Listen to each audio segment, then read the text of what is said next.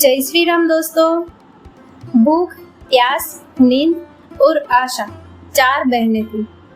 एक बार उनमें श्रेष्ठता की लड़ाई हो गई। आपस में जब श्रेष्ठता का फैसला नहीं हो पाया तो लड़ती झगड़ती वे एक राजा के पास पहुंचे। राजा ने पूरा माजरा पूछा। सब वहां भी वही बात करने लगी, मैं बड़ी। राजा ने सोचकर सबसे पहले भूख से पूछा, क्यों बहन, आखिर तुम कैसे बड़ी हो?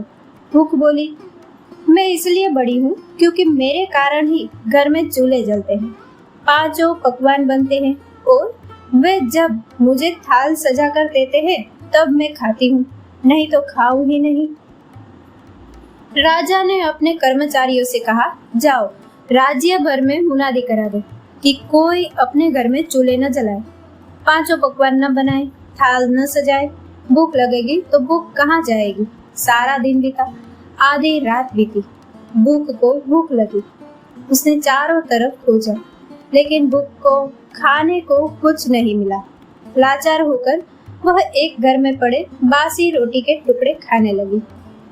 प्यास ने भूख को बासी रोटी खाते देखा तो दौड़ी दौड़ी राजा के पास पहुंची और बोली, भूख हार गई, उसने बासी टुकड़े खाए हैं, देखिए बड़ी तो मैं ही हूँ। अब राजा ने उससे पूछा कि तुम कैसे बड़ी हो? प्यास बोली, मैं बड़ी हूँ, मेरे कारण ही लोग कुएं तालाब बनवाते हैं, बढ़िया बर्तनों में भरकर पानी रखते हैं और वे जब मुझे गिलास भरकर देते हैं तब मैं उसे पीती हूँ, नहीं तो पीऊँ ही नहीं। राजा ने अपने सेवकों से कहा, मुनादी करा दो कि कोई भी अपने घर में पानी भरकर नहीं रखे, किसी को गिलास भरकर पानी न दे, कुएं तालाबों पर पहरे बिठा दो। प्यास को प्यास लगेगी तो देखे कहाँ जाती है। सारा दिन बीता, आधी रात बीती, प्यास को प्यास लगी। वह यहाँ दौड़ी वहाँ दौड़, लेकिन पानी की कहीं एक बूंद न मिली। लाचार होकर वह एक ताल पर झुककर पानी पीने लगी। नींद ने देखा तो वह दौड़ी दौड़ी राजा के पास पहुंची और बताया कि प्यास हार गई, वह तो ताल पर झुककर पानी पी रही है, मैं बड़ी हूँ, अब इसमें तो कोई संशय नहीं रह गया। राजा ने पूछा, तुम कैसे बड़ी हो, वह भी बता दो। नींद बोली, लोग मेरे लिए पलंग बिछवाते हैं, उस पर बिस्तर डलवाते हैं, जब मुझे बिस्तर बिछवा कर देते हैं तब सोती हूँ, नहीं तो सो हुई ना। राजा ने सेवकों से कहा, राज्य में यह मुनादी करा दो कि कोई पलंग न बनवाए, उस पर गद्दे न डलवाए और बिस्तर बिछाकर कभी न रखे। देखे नींद को नींद आएगी तो वह जाती कहाँ है। दिन में तो ठीक रहा, आधी रात बीत गई, नींद उसे भी झेल गई, लेकिन उसके बाद नींद को नींद आने लगी। उसने खूब ढूंढा, लेकिन बिस्तर कहीं नहीं मिला। हार कर वह उबड़ खाबड़ जमीन पर ही लेट गई। आशा ने राजा को खबर दी। उसने कहा, नींद भी हार गई। नर्म बिस्तर की बात करने वाली उबड़ खाबड़ धरती पर सोई है। वास्तव में भूख, प्यास और नींद तीनों में मैं बड़ी हूँ।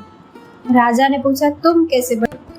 आशा बोली, लोग मेरी खातिर ही काम करते हैं, नौकरी धंधा मेहनत और मजदूरी करते हैं, परेशानियां उठाते हैं, लेकिन आशा के दीप को बुझने नहीं देते। राजा ने सेवकों से कहा, राज्य में मुनादी करा दो, कोई काम न करे, नौकरी न करे, मेहनत और मजदूरी न करे और आशा का दीप न जलाए। आशा को आस जागेगी तो देखो कहाँ जाती है। सारा दिन बीता, आधी रात बीती, आशा को आस जगी। वह यहाँ गई वहाँ गई, लेकिन चारों ओर अंधेरा छाया हुआ था। सिर्फ एक कुम्हार टिमटिमाते दीपक के प्रकाश में काम कर रहा था। वह वहाँ जाकर टिक गई और राजा ने देखा कुम्हार ने जो दिए बनाए उसके सोने के हो जाने की आस की और वह सोने का हो गया।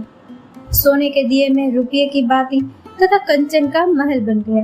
जैसे उसकी आशाएं पूरी हुई वैसे सबकी हो। कामनाओं के दीप बुझे तो अच्छा, लेकिन आशा का दीपक कभी बुझने नहीं देना चाहिए।